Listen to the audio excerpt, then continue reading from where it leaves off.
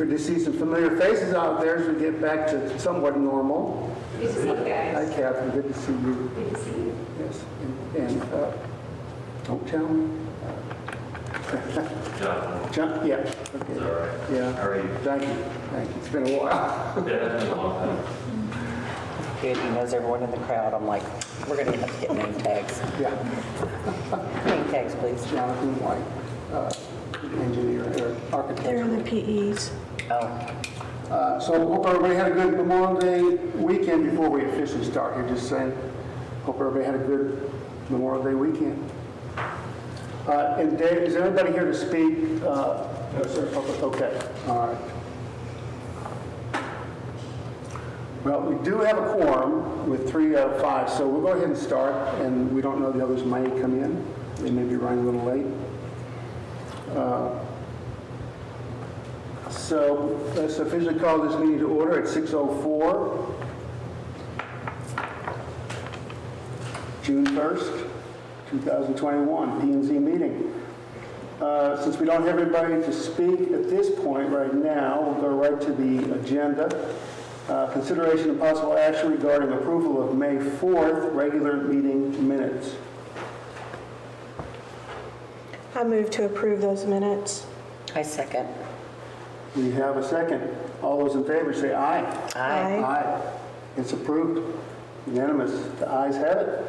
Item number 2, consideration of possible action regarding a variance request to the vegetative setback requirements of section 78-162A of the City Code of Ordinances for Commercial Reserve D in Town Creek Crossing, Section 1, as submitted by Lefebvre Development, Inc. There's, for members of the commission, you've got the information in your packet, and rather than start and turn it over, in short, what they're asking to do is to locate a vegetative setback on residential lots that back up to commercial. It's a bit different than, normally that vegetative setback would be on the commercial lot. There's some unique circumstances. Both our city engineers, Chris and Catherine, are here, along with the developer's engineer, Jonathan. And with that, I'll turn it over to Jonathan. Would you like to just kind of run through, or do you want Chris to hear? Let's bring that correct. I'm happy to answer any questions or have other visuals. He works for us? He's with our city? Yes. So if you flip in your packets to page, sorry, 18. So it'll be it'll say sheet 405 of the final plat for Town Creek Crossing. This is the preliminary. This is just so we can point to those lots that we're talking about. So right at the northwest corner of Buffalo Springs and Lone Star Parkway, where the new development is going in, there's a commercial reserve, and then you go down a hill to get to the residential lots below. And so it's about like 7 feet of difference between the top of the hill and where these lots are. So your traditional ordinance says that the commercial reserve has to have the buffer zone on it. What they're requesting is to enlarge the lots so they include that hill and put the buffer there. Reason being is, so how it was really proposed is the property line of the commercial would go to the bottom of the hill. So theoretically, your reserve would be the hill and their visual barrier would be at the bottom, which if you're still 7 feet higher, if you put a 6-foot fence, it's not going to do you much good. So that commercial buildings go right to the houses down below. So what they've requested is to move the property line so it's on top, or they're not requesting to move the property line because it's not platted yet, but to move the property line to the top of the hill, put the reserve then on the actual slope. So then the visual barrier is at the top, so you look out the commercial building, you see the fence, and not down into people's homes below. Who's benefiting? The commercial or the resident for the extra land? Residents, in my opinion. Okay, so the land, say they have 3 acres, 3.3, they're gonna get 3.8. Correct. They're going to get an additional 25 or so feet on the back of the lots. On those 3, it gets covered by a reserve, but the biggest, in my opinion, is the biggest difference is now that where the commercial has to put their visual barrier is the top of the hill versus the bottom of the hill. And have you, I'm not an engineer, so in my mind, all I see is gushing water when it rains, because it's been raining for days and hours and weeks. So when they put this barrier up, is the barrier just for visual? Is the barrier going to also be for the erosion and anything that might be moving down that hill for whatever reason, whether it be erosion, whether it be the dirt movement, whether they pour more cement, or if the residential person wants to put something in the back, what is the residual? So how the lot of the commercial reserve is intended to drain is it goes towards Buffalo Spring, and there's an inlet there. So yes, water that falls on the slope would go down, but nothing coming off the commercial side is going to be directed down the slope.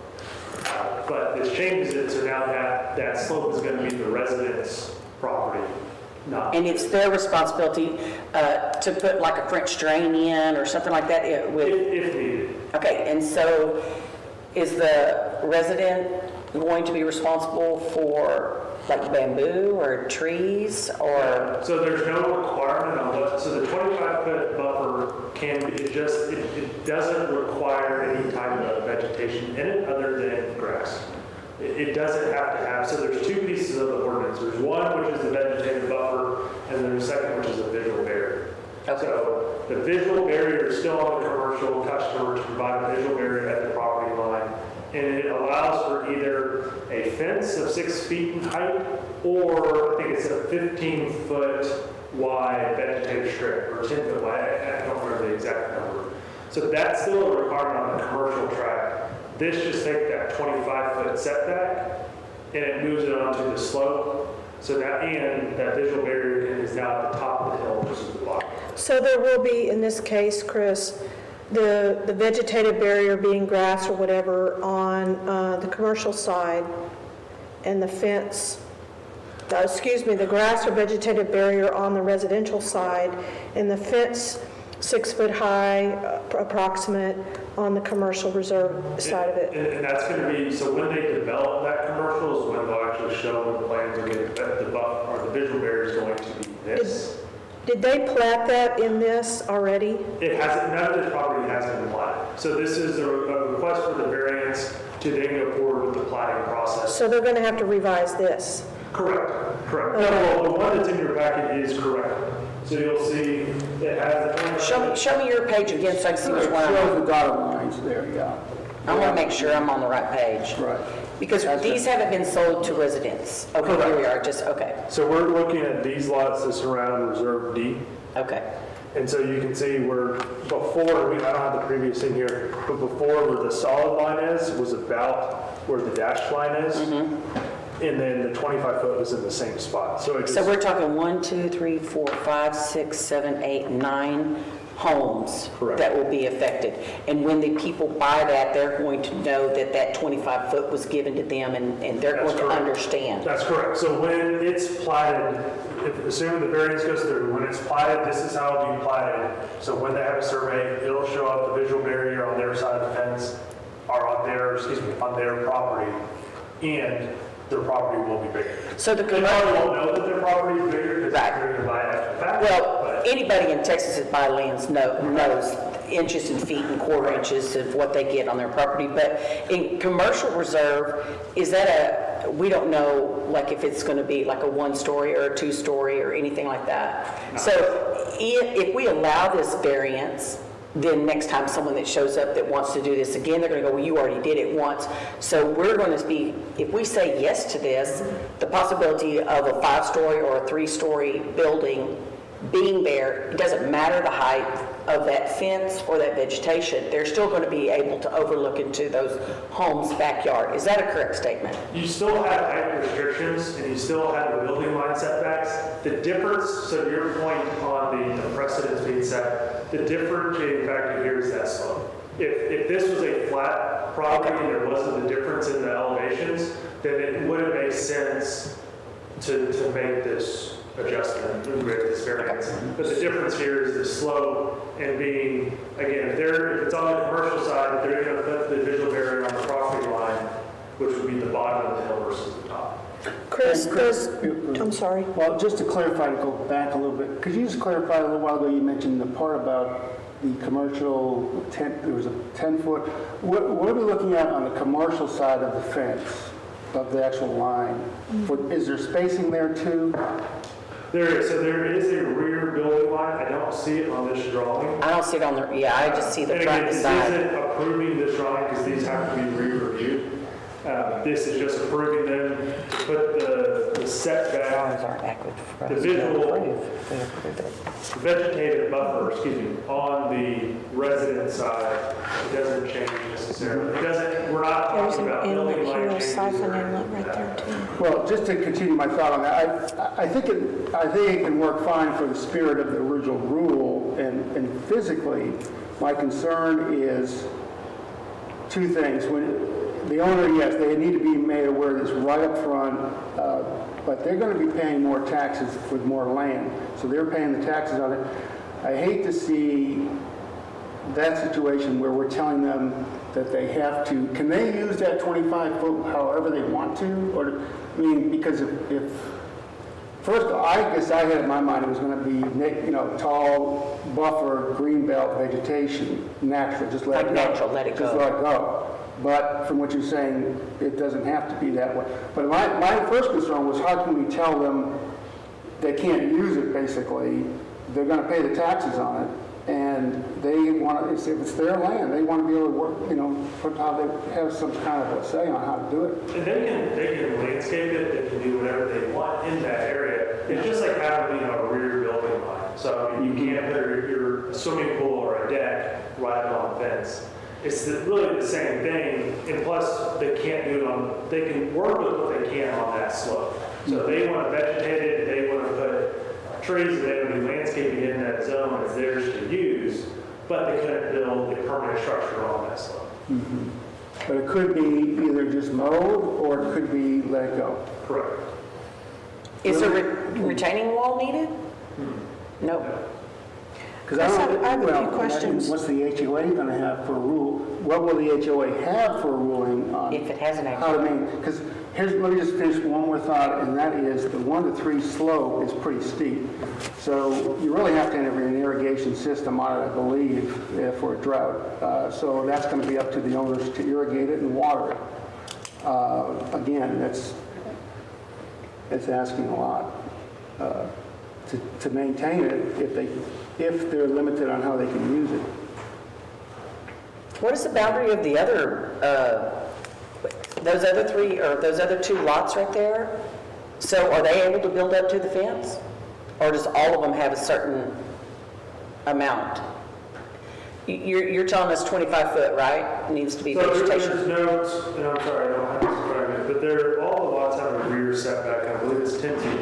Okay, so we're giving them 15 extra setback that they have to make sure they don't build on. Correct. Allison, I think I interrupted you. Me too, I'm sorry. That's okay. I'm on board. You guys are addressing some of my questions, but I will say that I do wonder, Dave, does Hillary and Philip own the other 3 corners? They own 2 of the other ones on the intersection. They own 2 of the other ones. Okay, and so they will also, there's clearing on the east side of Buffalo Springs Drive, and is that coming under a similar request that's going to be needed for a variance? That's the one that they do not own.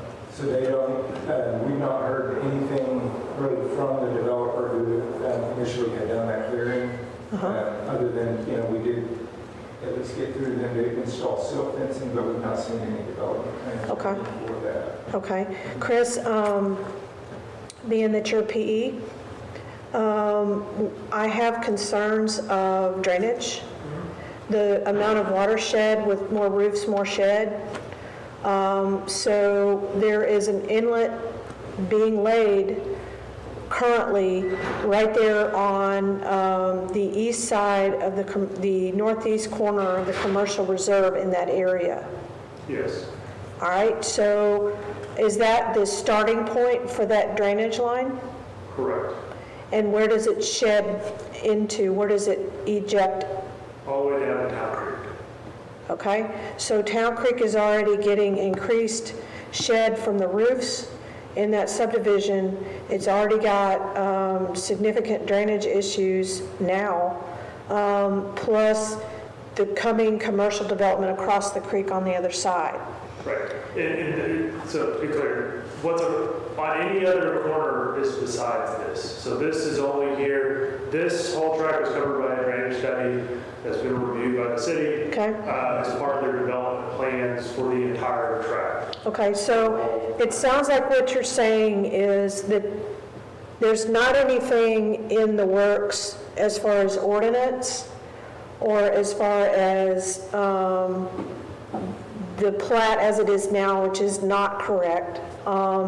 There's nothing in there that could potentially clog issues with that inlet. I don't follow your question. Well, you had, we're talking 25-foot vegetative barrier, et cetera, and I've seen issues with, inlets being clogged from debris and whatnot. And so you have a subdivision that's going to be immediately below that. So if there's watershed off of the roof of a commercial building, plus watershed that's coming from the estates of Lake Creek Village, all these corners, the development that's coming uphill from there, as well as Caddy Corner that's now their cattle ranch. That's a lot of drainage that's coming down onto this particular subdivision. So I want to be sure, does the plan take into account the roofs that are coming? Correct.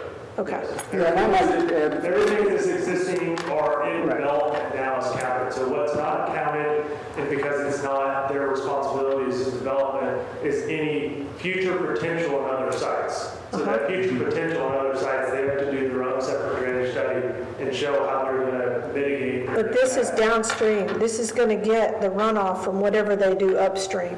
Understood. So in the study, it assumes everything that's upstream as the condition that it is in today, or developed. So, for example, on the northwest corner of this, southwest corner of this intersection, where it's currently under development as part of a platted development that was with Abner Drive and those streets, that is assumed as in a developed condition. How long is that study good for? I mean, is that a 25-year or 5-year or what? This. I mean, it stays in perpetuity. So Okay.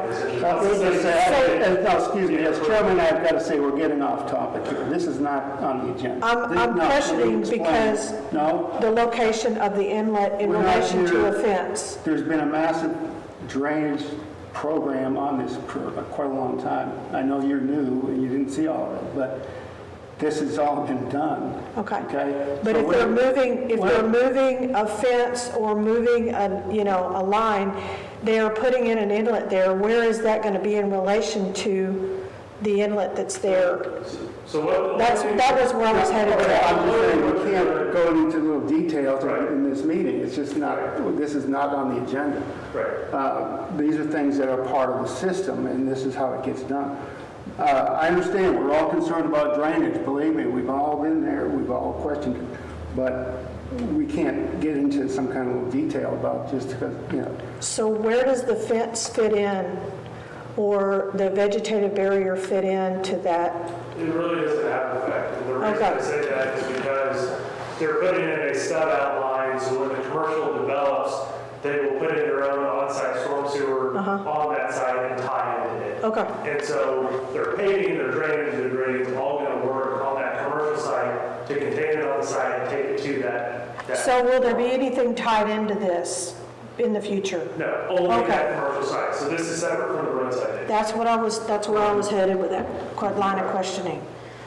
And So, the benefit is, we appreciate the concern. I'm trying to say we can't get into a lot of detail.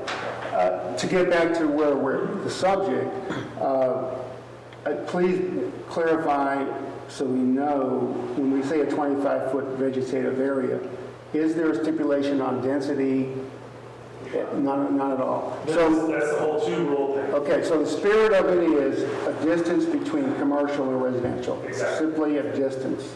Exactly. And visibility-wise, to not see the, Right. The homes. and that's where the fence makes a lot of sense, to have it at the top of the hill. Correct. So I'm all for that. So again, just to clarify, so this is not changing any visual barrier requirement. This is changing the location of the buffer, the 25-foot buffer from on their side of the line to the resident side. And in doing so, moving the resident side to increase that lot size to essentially count. And So it's the cost is against the resident? Yes. The burden is on the resident To maintain. To maintain They it, have to maintain it. 'Cause it- instead of the commercial person maintaining, and they're asking for the variance currently, because it's beneficial for them. Well, the person that's asking for this is the developer that's Right. doing both the lots and the commercial. So I mean, it's not just the commercial that's asking for it, this is the Fed who's doing both sides of the table. Right. And so what works best from a development standpoint and from a visual standpoint, which we agree with, is shifting it to the It other. also changes the rear setbacks on the commercial reserve, correct? Correct, so there's still the 10-foot setback, which is different. So it gives it Building more- line versus 25-foot buffer are different. So the And building you- line doesn't change. And you think this is a good idea because of all the research that you've done or whatever, so because this is, since I've been on planning and zoning, which has not been very long, this is number 2 for us to do a variance for the visual and for the fence line, for vegetation and all that, and we had to table, I think, maybe twice the other one, and finally, I think the commercial person and the private resident came together on an agreement. And in the end, neither one of them was still satisfied because they realized after the fact what they decided to do was not a good idea. But they had to move forward and go with what they had. It was something they decided to work out with themselves. So this is the reason I'm bringing it up is I haven't been on this commission long, and this is number 2 that they're asking for the variance. I understand what you're saying. I just don't understand the benefit. Like, is the resident going to benefit from it, or is, like you said, more taxes, or is the commercial guy going to benefit from it? How's it benefiting Montgomery? Tell me how's it going to benefit The us? is that the resident, and if you put the 25-foot on the lot, they would set the property line at the bottom of the hill and count that as 25 feet. So now their visual barrier goes at the bottom of the hill because that's what's required. That it's on the property line and it's either a fence or a vegetated buffer.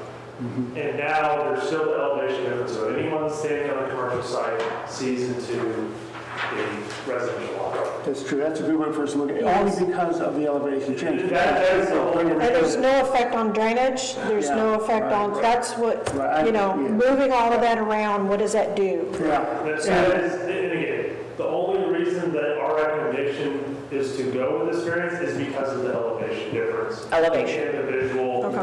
because if we do it the other way, that fence has to come down to the property line way down low, and then you've got a 15-foot Right, and fence. even if it was a fence at the top, then the commercial would still own the land below. So now you have 2 fences, and Yeah. it's either Same as the other one. a maintenance We just- sign there or a place The that. church. Right, that was my other question, was what was that scenario of putting the fence, they're still putting the fence up there, but they own the land down, but Right, then, then they would be maintaining it, so now the resident is Yeah. seeing a strip of land that may or may not be maintained. yeah, right. Okay, so how are we keeping this, okay, so say we say yes, and Joey, Henry, 9 people move in, and they all get together at the HOA, and they're like one man. I can't keep the drainage, I can't keep the trees up, I really don't like hearing this or seeing that. Are they gonna come to us, the P&Z, and go, you know what, I don't like the variance that you approved prior to me moving in? Or is it just gonna be set in stone? Here's your 25 foot, and when you build your home, this 25 foot needs to be maintained by you, either by a fence or vegetation. They're just buying a larger lot. Okay, so we're not going to hear We don't know what that commercial property is going to be. Maybe a gas station. Right. It might be a doctor's office. It might be, you know. But there are limitations. There are limitations. So are we going to hear it? Are they going to come back to us, those 9 people? Can't guarantee anything. You know, Okay. One thing to keep in mind, seriously, I think the real game changer for me is, I thought we had to have this thick vegetation. Yeah, And then how can you tell people they've got to maintain that? But if they have the option of keeping it mowed and using it however they want to, great, because I think they're going to really appreciate having it. I mean, But what happens if they come in and they go, I don't like the lights from the gas station, or I don't like the noise from the noise like from the anywhere else, I utility? mean, you can put trees up, you can do it. Right. And that's, At their cost. Can they put structures like pools or Yes, he said, but anything not- like that on there? But not on the 25 foot. nothing permanent on that 25 foot. Okay. Right. So that kind of levels the field right there. Yes. Because, you know, the reality is they're going to probably just want to use it rather than have it just get overgrown because it's more space. And Yes, then more yard. at the very back edge, they most likely would put some trees or shrubs or something. And as long as they're told up front, and we need to put that in the motion, that is very clear to them that this was done as an an expansion of their lot, that, well, just that the HOA needs to know they maintain it just like anything else. Can they fence it? Yes. Okay. Okay, so when they're developing this, they are going to grade it so that it's going to flow correctly. So when that resident moves in, they go, oh man, I got a slight slope. I know about it because my developer told me about it. My home builder told me about it. And the home builder that's building it's going to know about the slope, and he can come to the city to find out about the slope, right? Everyone's going to be involved in it. Correct. So, It's all in the plat. So this is all, on a recorded document. Okay. That when every time the property surveyed and changes hands, that information is going to show up. That- which shows what we're talking about. Your property lines, all that's on there. All right, which you typed up, right? Right here on May 25th, right?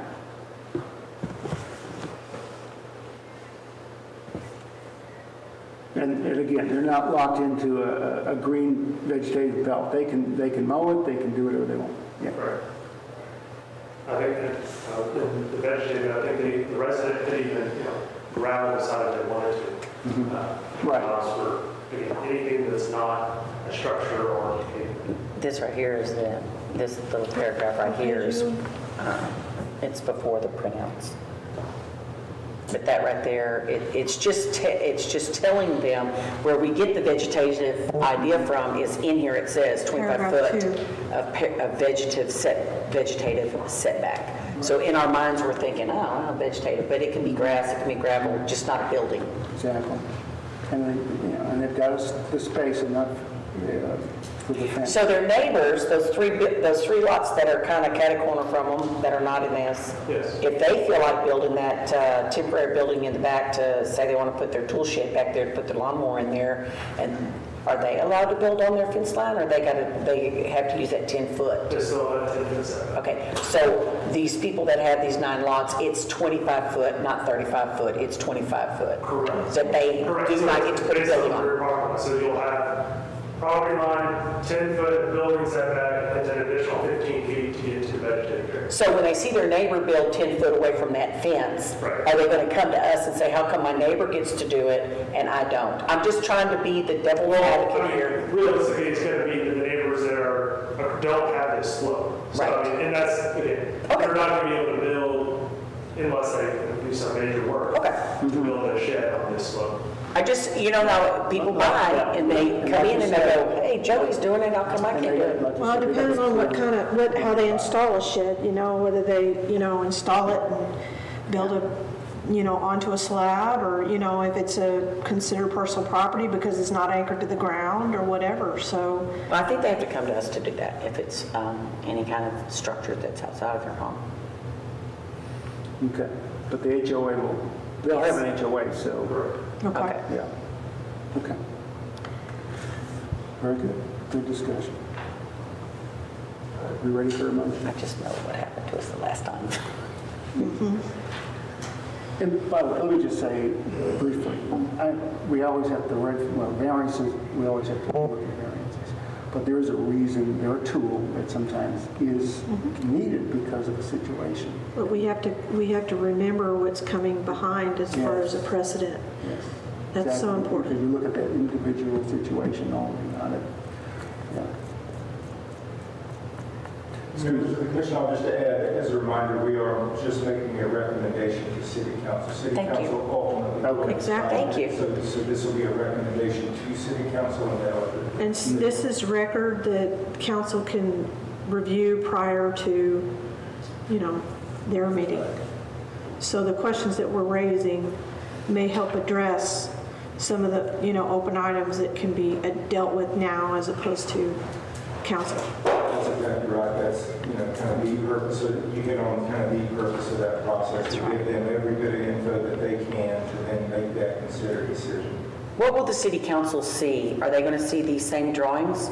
Or is the drawings going to be upgraded Well, before what they I'll do agree? is use the same drawings, but create a better exhibit. Okay. Just to connect with it as well as a picture. Okay. So they can see it. As far as- To help clarify something. Where the line is, Yeah. where the lines are and stuff, yeah. Good.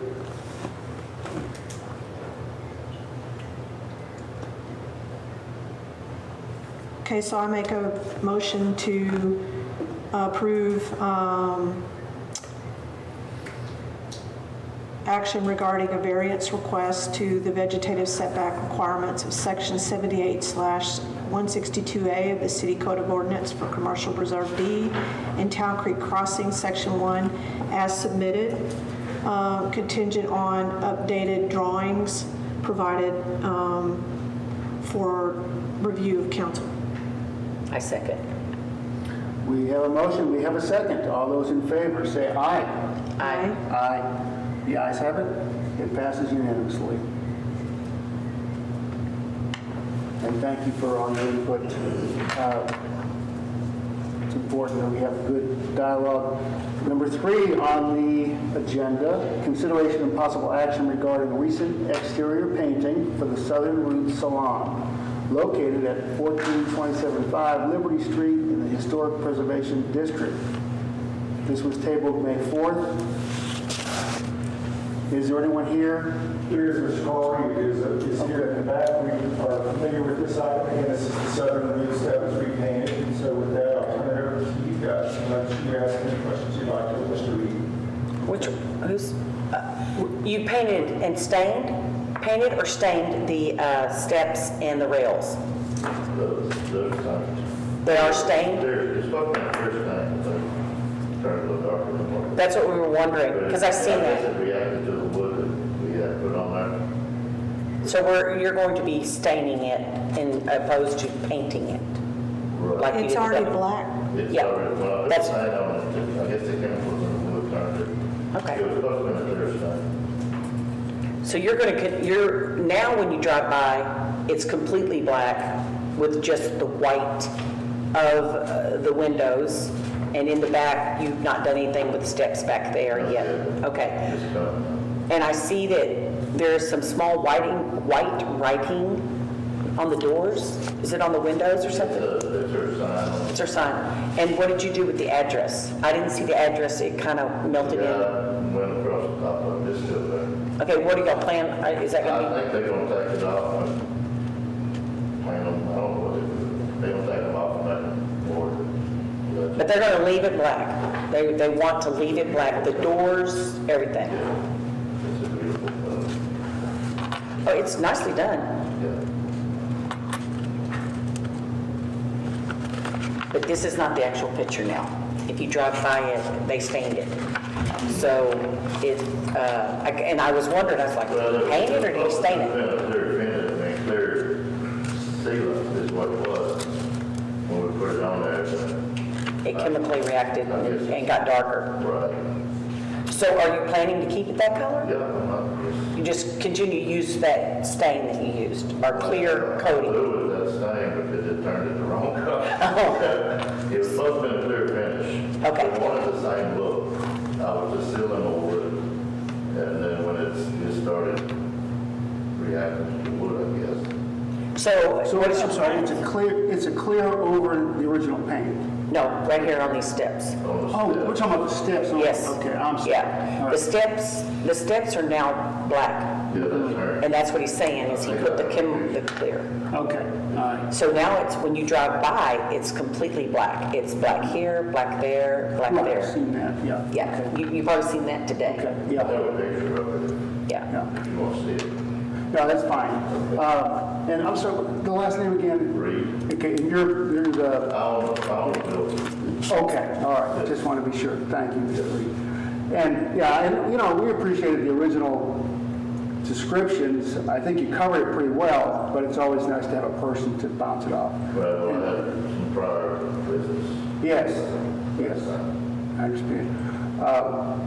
And we know that during the big freeze and you had complete water damage, so you had to completely gut it. So yeah, I guess, you know, I just wanted to say, and I think we all should hear from everybody, we saw the other two aren't here tonight, that, you know, anytime somebody upgrades a building, great. You know, do fresh paint, the metal around the bottom looks good to me. It's good quality, new roof. And I think I really just have to go back to the original ordinance and just, that will be my guide personally, is that in the ordinance, it's very clear that the only colors that are not allowed are metallic and fluorescent, which this is not. Well, I put in my questions that Mr. McCormick did last week. Yeah. I never have received anything. I didn't know I was, that I couldn't maintain my building. Well, and I'll finish by saying, you know, I'm one that wants to just, I feel strongly we need to go by the existing ordinance. Right. I think there was intentionally, it was put in that way for people to have choice and freedom to make something. To me, as a salon, sometimes you expect something that's maybe a little different, but that's the personal. I guess the best way I can say it for me personally is this is not really, should not come down to a personal decision for each one of us that's here. Some of us might like it, some of us might not. To me, I'm going to go back to the ordinance and say, I think it's fine. I don't have a problem with it. Originally, my original thought when the steps were and the railings were not done, I know you got to let that treated lumber cure for a while before you can paint it. So I kind of thought, well, maybe they're going to do white trim, which in my mind that would. But I thought about it since then, and the reality is white wouldn't work well on steps. It's hard to maintain. It shows the dirt. The wood, I don't know if I didn't wait long enough for the wood when I sealed it, or I waited too long when I sealed it. Yeah. But that's what. Yeah, but I guess now that it's done, I took my wife over there, we looked at it from the back and the front, and her first comment was, oh, it all matches, you know, and that's about all I can say, is it all matches. The ordinance does say the gutters and downspouts need to match the roof, which they do. So I think it falls well within the ordinance, and that's my vote. You are aware now that you're in a historical district. Well, yeah, I know I was in the historical district, but I never was told that I had to ask for color variances. I just own the building, I don't. Yeah, and legit, like, Every building I own, I try to maintain and keep it. You know, oh, it's great. You keep did it, a you know, good job. where it's presentable and, you know, because we do own other houses and stuff. But you know now that you're in the historical district, and you based the color, from what I understood, is from, it had some stems from the Masonic Lodge? Yes, that's. Can you give us a little, I didn't quite understand that, because the Masonic Lodge is over here. Well, the slab that it sits on. Yes. On the old Masonic Lodge building. Okay. That the kids burned down back in the 80s. Yep. Two high school boys, if I remember, burned it down. They went in to steal the swords, but it was the replicas and it wasn't the real ones. So when they figured out it was a replica, they went back and burned the building down. Not very nice. So the Historical Society, the Masonic Lodge gave it to the Historical Society, and that's who we rent the property from. Okay, from the Historical Society, okay. All right, and so the building is just a place of business, a commercial building, and but everyone in the building, owners and people that rent it from you or whatever, they understand now that it's in a historical district. Yes. Okay, and so the maintenance of what you've chosen to do with it will be maintained by you? Yes, I maintain the building. Okay. Yes. And this is the color choice that you have chosen? And we don't know what the steps and the arm rails are going to do until we know what it's going to do? Because I have wood steps On the too. front? Yes. Yes, I didn't. We bought clear sealant and Okay, but you don't have any plans on changing anything the way it looks right now? no. Okay. Including the deck, the wood. You're going to stay with the black. On the front, this one. And are y'all going to add any more white? No, no. No more signage? No, the way it is, it is. Yep. I'd have to redo the back for the wheelchair ramp because it's rotten for the insurance company. Yep. And that's my next step, and I'll be through. Well, I have to say that your work is impeccable because I watched you do it. Like, I watched you every day. I was like, holy Moses. We did that But- 3 weeks. Yeah, so I was shocked when I rounded the corner and it was black. I was like, I rounded the corner and went, why would they paint it black? But, It looks good. yeah, It does look it, good. I've had a lot of compliments from the Yes. Historical Society, from city council members, and from people that work for the city. I've had a lot of compliments on it. just so that we're clear that you understand that you're in the Historical Yes, ma'am. Society and so, Yes, ma'am. Then I have one question for you. me? Is your last name, maiden name Bishop? Yeah. Okay, thank you, ma'am. But when we look at this building, personally, I like it white. That's my personal opinion. Doesn't mean that the black looks bad. Right. It's just my preference, and white is the common color in our historical community if you go through here. And a lot of times there's people that, want to do funky colors. One of the reasons why we changed it because of the green on the north side. Yes, And it's so hard to keep clean, and it's so visible. yes. And I'm hoping with this color that we don't have that problem that I gotta wash the building every 6 months. Yeah, I have a White House Right. with wooden steps that were painted white. Right. And when everyone said, oh, they're going to paint it white, I just giggled. I was like, good luck with that. You can paint it white. It's good for the first couple of weeks. The only concern I have is that being in a historical district, the other businesses Yep. and property owners downtown have asked in advance of doing maintenance on their property. And so by voting in favor of this, I am concerned about a precedent being set to do it and then ask permission later. So that's my only concern. And the last time that we met, I think I expressed that and asked for the owner to come speak and give us more information about what's going on, that we can't see. So it sounds like you heard that, and I respect and appreciate you doing that tonight. So, because if you had things going on last week, pretty good chance you might have had some things going on this week, but you made it a priority, and I appreciate you coming. So I move to approve this, but I don't know how to word it so as that it does not become a precedent for future, given that this is a historical district. It's designated as such. Right. I don't know that we could put anything in the motion that would rectify, someone coming to us in advance of doing something. Unfortunately, again, like I said before, it's just a matter of education.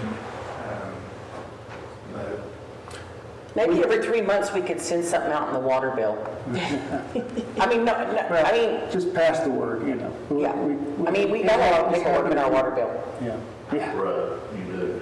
Yeah, I mean, you get a lot of paperwork in your water bill. I'm like, well, they can put one little bright yellow little slip in there that says, hey, if you're in the Historical Society, Historical Well, I'm District. reading all the paperwork right now. It's just maintains to the front of the building, not the back of the building. What do you think would help you as a commercial property owner, dealing with an insurance claim and knowing that you need to do interior repairs and you're looking at the exterior of the building, what would help you to know differently now? I never have seen a copy of anything from the historical district.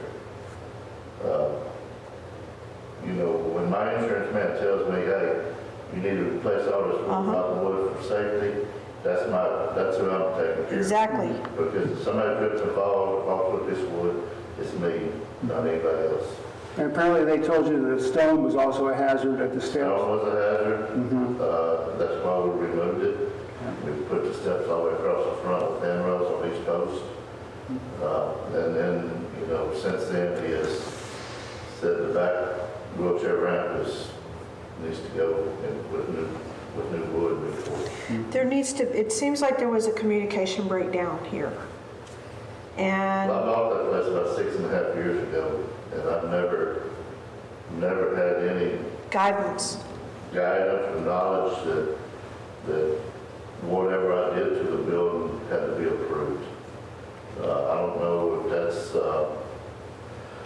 something from the last business owner the building owner should have told me, or if that's something the city should send out to a new business owner. Had you done any changes to the exterior of the building when you purchased it 6 years ago?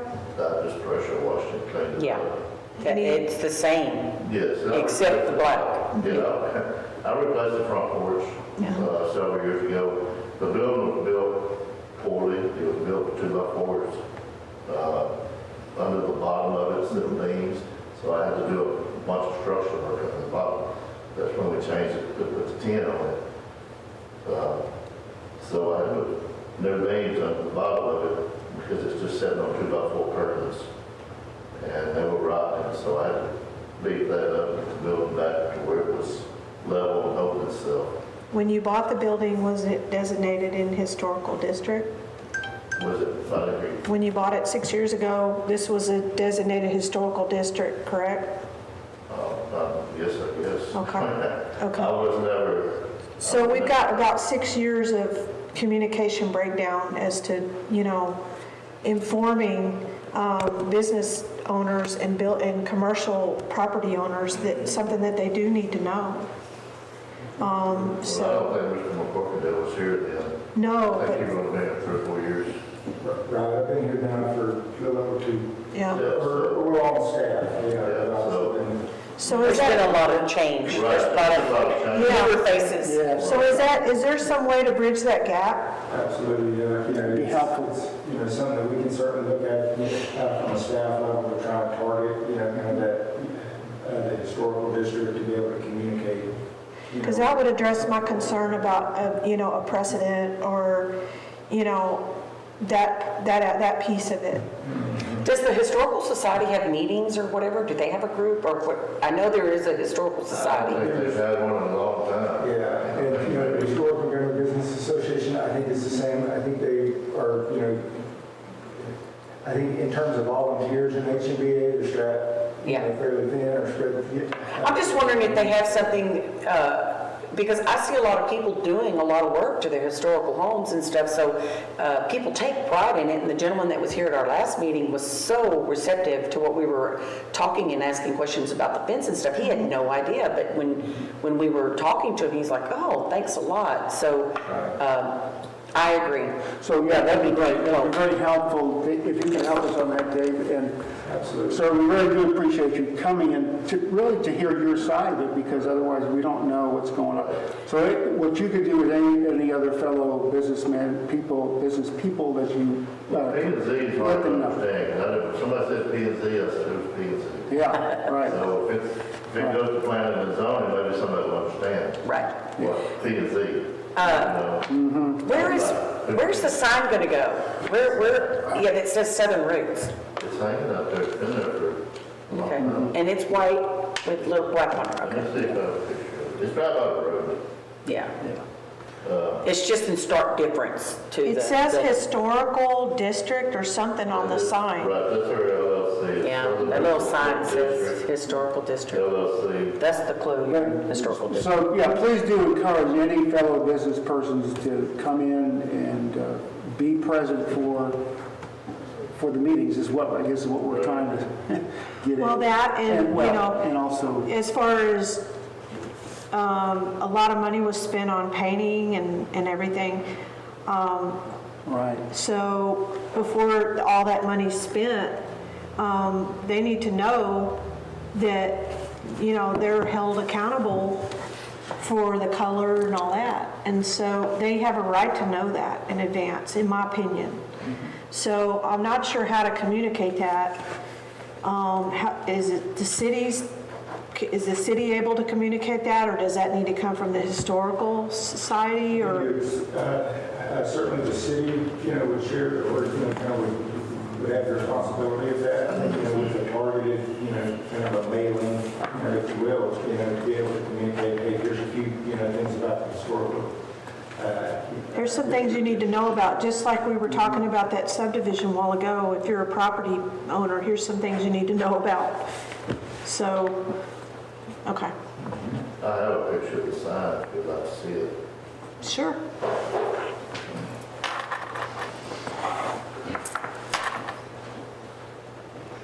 Yep, So that just hangs out by the road. yeah, right, thank you. thank you. Chairman, just as a note, you've got a motion on the floor from Allison. Okay, yes, I'm sorry. We got sidetracked. We have a motion on the floor. Do we have a second? I'll second it. All those in favor say aye. Aye. Aye. The ayes have it, and it passes. And you've got it all down, right? Yes. Sorry for the delay. Okay, great, good discussion. And again, we really appreciate any business owner coming in. It really helps. And always good to have both sides of the stories too. Thank I'm you. fixing to put a porch on the back of this. Pretty soon. Well, good, best of luck with that. It's a nice shiny, I had to do it for this year. looks like it's gonna look like a new building. Well, yeah, it was, destroyed. Yeah, it looks great. Thank you all for hanging in here. One more item on the agenda, and please stay. Number 4 is consideration and possible action regarding replacing 2 existing wall signs and 1 existing freestanding sign for the Stitches Drapery location at 14427 Liberty Street in the Historic Preservation District. Members of the commission, you've got the packet in front of you. To point out, just to go right to the signs themselves, and this is Mr. Tom Hoyt. He is the representative of the owner. You guys will be able to ask him questions here in a moment if you want. The 2 wall signs that are going to be replaced, typically those would not need a permit. That would just be replaced under what's called advertising copy. They'd be able to swap those out. Since we were doing the new freestanding sign, it seemed prudent just to go ahead and wrap them all into, you know, all into one. So the piece that's the actual change, what's not the same tomorrow as it is today, if you will, is the sign out by the road. They've got, you know, kind of a smaller horizontal sign, and as you can see with the mock-up image there, it's going to be the freestanding sign. Is that within our ordinance, that sign size? It is in one point of note, the historical district has no size requirements at all. Oh, we should probably look into that. So a point of comparison Anybody could put any would sign be size. to say if what's allowed on, you know, on 149 outside of the historic district would be a 10 by 10 sign. Okay. I do notice that having a vertical sign as opposed to a horizontal sign appears to me like it may improve the visibility when pulling out on that blind curve like that. Yeah. Is it going to block vision of going around that curve? Just If I may, that one of the great benefits of changing it from the horizontal to the vertical, and it will be slightly moved a little bit closer to the building, by Okay, a yes. foot or so. And that's actually going to improve visibility coming around that curve. Good. Coming down. The other Good. thing it does is that if anybody's in that parking lot in front of us, easier for them to see going, trying to exit the park. That's what I was getting at, No, 'cause- it's going, it will be, in our view, it will be an improvement. Yeah, Yeah. good I point. agree. I had the same. I saw a bad wreck there one evening, and just a little bit south of there, but the whole wreck started right in that turn, and so the best visibility in that whole area of town, with people coming in and downshifting on their bikes and downshifting in their sports cars and all that, on the weekends and at night. That visibility for that whole area of town on 149 is really going to help in that We think turn. it's very important. Yeah. So the sign is made out of what material? It's I'm not, It says laminate. It says that it's going to be laminate, but I mean, is it a metal, is it wood, is it laminate on top of, when you make a sign, is it a printout? Is Turns out it, to mean like I think he calls it a vinyl laminate, but, oh, go ahead. I don't know the exact terminology of the sign. the wear and tear of it and the replacement of it, and if the wind comes, the rain comes, it's not something that's going No, to it's going to be protected with some kind of coating that will. be, okay, laminate it Because says. that does two things. Not only does it protect it perhaps in the manner you're talking about, but it also keeps the visibility good. And in keeping with that notion, just the freshening up of that whole, of the building, in the spirit of being, in a historical area, to make it cleaner and brighter and everything else, you'll be more proud of our structure and she's very interested in because sometimes over time, signs become part of it's just there. You don't notice them anymore. So freshening it up will not only be good for the business, but it will also, I think, add some decor to that area because it's right now they're faded and it's not very attractive. So I think it's an overall improvement within the spirit of the location. Yeah, the materials are so important, because that one does face west, basically, to Yeah. that setting sun, so it gets a lot of sun, and the old one is very faded. Yeah, and it's got fresh, the structural aspect of the sign, the framing of it will be fresh too. What is the material? Is it just treated post? If I can Yes, just please. go back, well, the sign frame is going to be treated wood. The ACM in that quote there. Thank you. I just looked this up on Google. Thank you, because I was like, I don't know this native, right? everything is dying up here on me, I can't Google I it. gave him the information from Lone Star Signs, so he has that Yeah, proposal. so look on the other proposal that's in the packet, and ACM stands for aluminum composite material. That's what I thought it was. Okay. It's an aluminum, it's not a pure aluminum, but Okay. it's essentially like I think aluminum panel may be Yeah. what another sign company. It kind of goes, and it'll sound like metal. Right. Yeah. It's solid enough that it's not a plastic. It's metal. Because it just says treated wood post, so we're just talking about, okay. Yeah. And they'll be attached with nuts and bolts. Okay. And it's going to look like this photo Yeah. on page 3 that shows a rendering of the sign in place on the property to the left of the telephone, the utility pole. It's going to look like that. It's going to look like the photo. Correct. Okay. Thank you. That particular photo, if you're looking at this one, Yes, Yes, sir. and then the one on the building, yes. yes, well, it's going to be, that's it. Yeah. Because that was submitted to us by the sign company. Okay. The information they provided is very clear then as to what's going to be done. So we've had other requests that weren't, so we just confirmed that, just to be sure. It will be precisely as it's represented there.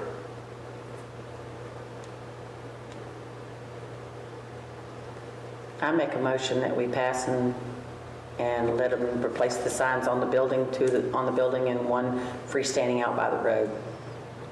Okay, we have a motion. Is there a second? I second.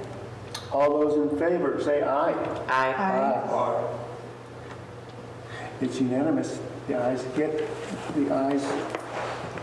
How do we say that? Yes, very nice. When's time frame? I forgot to ask the time frame.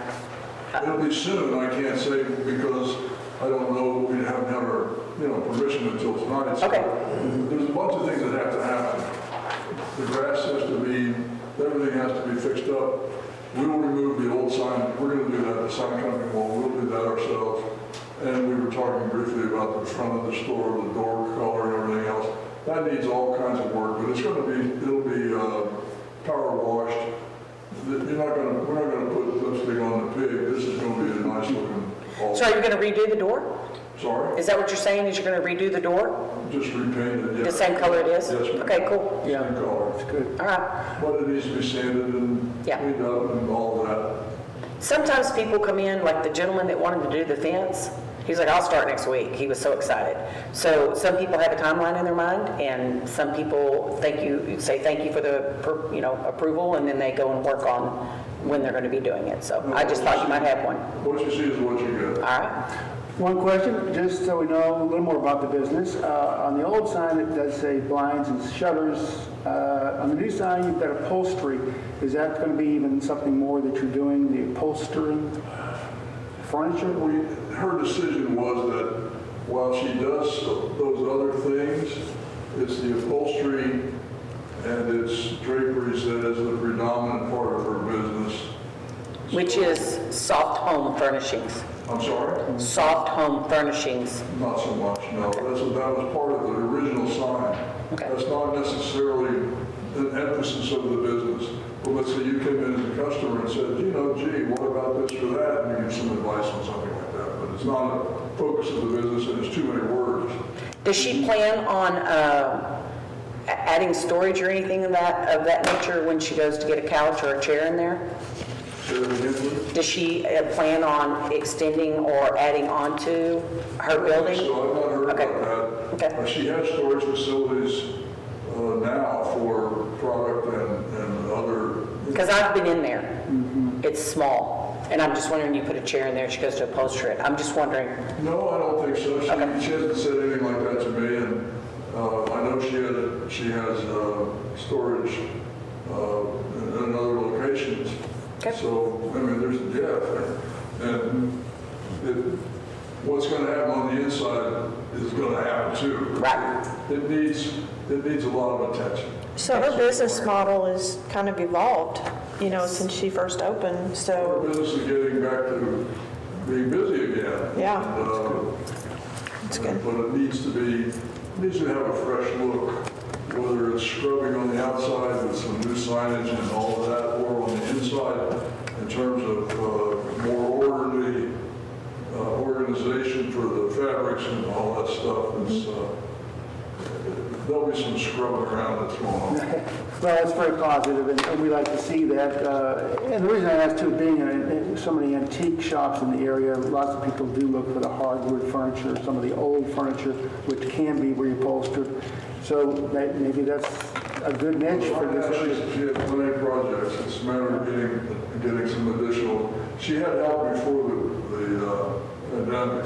Yes. And then, of course, that stopped. And while business continued on, she wasn't very busy. But now everything's opening back up again.